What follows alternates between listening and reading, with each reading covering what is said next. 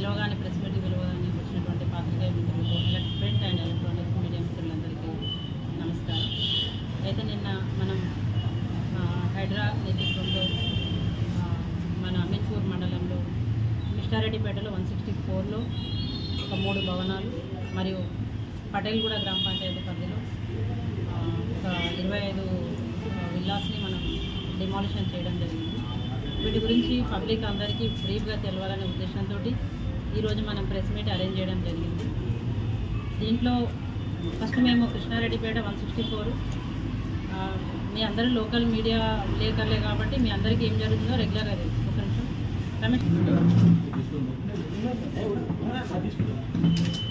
Print electronic media ద్వారా మేము పబ్లిక్కి చెప్పేది ఏంటంటే, నిన్న మనం హైడ్రా నేతృత్వంలో డిమాలిషన్ చేసినటువంటి 164 కానీ, తర్వాత పటేల్గూడలో 12 సర్వే నెంబర్ గవర్నమెంట్ సర్వే నెంబర్లో డిమాలిషన్ చేసిన బిల్డింగ్స్ అన్నీ కూడా మనం ప్రాపర్గా నోటీసులు ఇచ్చి, తర్వాత గవర్నమెంట్ ల్యాండ్ అని వివిధ పత్రికలలో ప్రచురితమయ్యి, తర్వాత సర్వే చేయించి పై అధికారుల అనుమతి తీసుకొని దాని మీద అనుమతులు ఏముంటుంది వాటికి క్యాన్సిల్ చేయించి తర్వాత వాళ్ళకి సమయం ఇచ్చి చేయడం జరిగింది.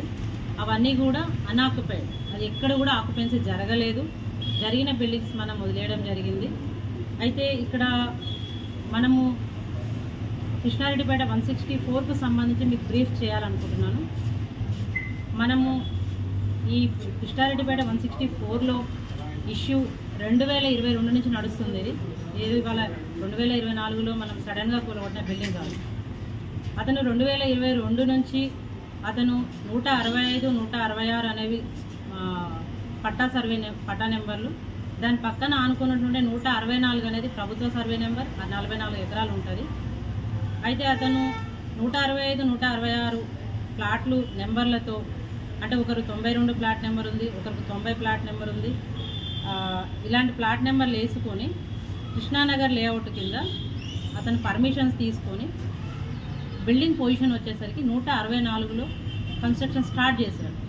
అట్ ద బిగినింగ్ ఎప్పుడైతే బిల్డింగ్ కన్స్ట్రక్షన్ స్టార్ట్ చేశాడో చాలామంది మీడియా మిత్రులు, ఎలక్ట్రానిక్ మిత్రులు కానివ్వండి, ప్రింట్ మీడియా మిత్రులు చాలా వరకు పేపర్లలో వార్తా కథనాలు రాయడం జరిగింది వాళ్ళు బిగినింగ్ స్టేజ్లోనే. అప్పుడు మనం ప్రాపర్గా ఎంక్వైరీ చేయించి అతనికి నోటీసెస్ కూడా ఇవ్వడం జరిగింది. 10/5/2023 నాడు జీపీ నుండి నోటీస్ ఇచ్చారు, ప్రాపర్ నోటీస్ ఇవ్వడం జరిగింది. దాని తర్వాత 16/10/2023 నాడు కూడా జీపీ నుంచి ఒక నోటీస్ ఇవ్వడం జరిగింది. తర్వాత 28/10/2023 నుంచి కూడా వాళ్ళకు డిపిఓ గారు రిపోర్ట్ తీసుకొని మళ్ళీ నోటీస్ ఇవ్వడం జరిగింది. అంటే దఫతవాలుగా వాళ్ళకి నోటీస్ ఇచ్చుకుంటూ ఇది మీరు అక్రమ నిర్మాణాలు కన్స్ట్రక్షన్ చేస్తున్నారు అని వాళ్ళకు ప్రాపర్ నోటీస్ ఇచ్చుకుంటూ వాళ్ళ యొక్క ఎక్స్ప్లెనేషన్ అడిగి వాళ్ళు సబ్మిట్ చేసిన ఎక్స్ప్లెనేషన్ కరెక్ట్ లేదు, మీ బిల్డింగ్ అనేది 164లో వస్తుంది అనేది వాళ్ళకు సీక్వెన్స్గా, అంటే మన పంచాయత్ సెక్రటరీలు కానివ్వండి, లోకల్ ఉన్నటువంటి ఆఫీసర్లు కానీ ఇవ్వడం జరిగింది. దాని తర్వాత మేము 23/24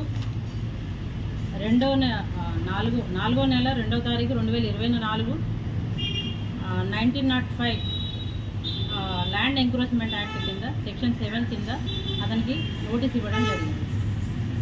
దాంట్లో ముఖ్యంగా రఫీ, మధుసూదన్, కళ్యాణ్ అనే అతను వాళ్ళు అక్కడ బిల్డింగ్ కన్స్ట్రక్షన్ చేస్తున్నట్టు మాకు లోకల్ ఎంక్వైరీలో తెలవడం, తర్వాత పంచాయత్ సెక్రటరీ ఇచ్చిన నోటీసుల ప్రకారం ఉన్నట్టు తెలవడంతో మేము ఆ రోజు అతనికి నోటీస్ ఇవ్వడం జరిగింది.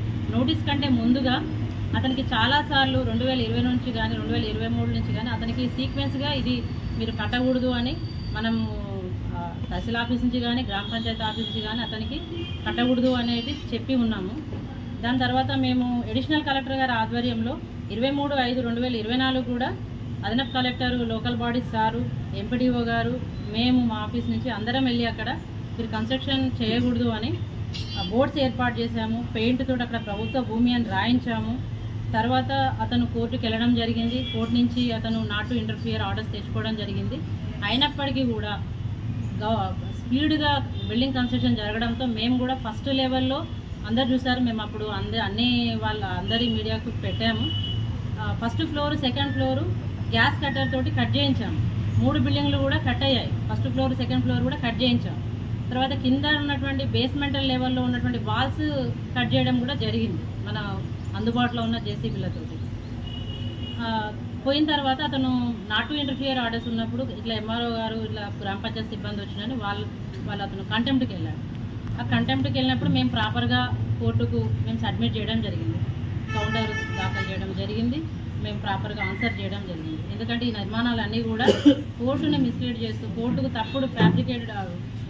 తప్పుడు ధృవీకరణలు అంటే 165 సర్వే నెంబర్ 166లో ఉన్నట్టు తప్పుడు ధృవీకరణ చూపించుకుంటూ కోర్టును కూడా తప్పుదారి పట్టిస్తూ అతని నిర్మాణాలు మాత్రం 164లో ఉన్నట్టు మేము సర్వే రిపోర్ట్ ద్వారా కోర్టు జీపీ గారి ద్వారా మేము ప్రాపర్ ఇన్ఫర్మేషన్ కలిసి అందజేయడం జరిగింది. కౌంటరు అది అప్రూవ్ కూడా అయింది.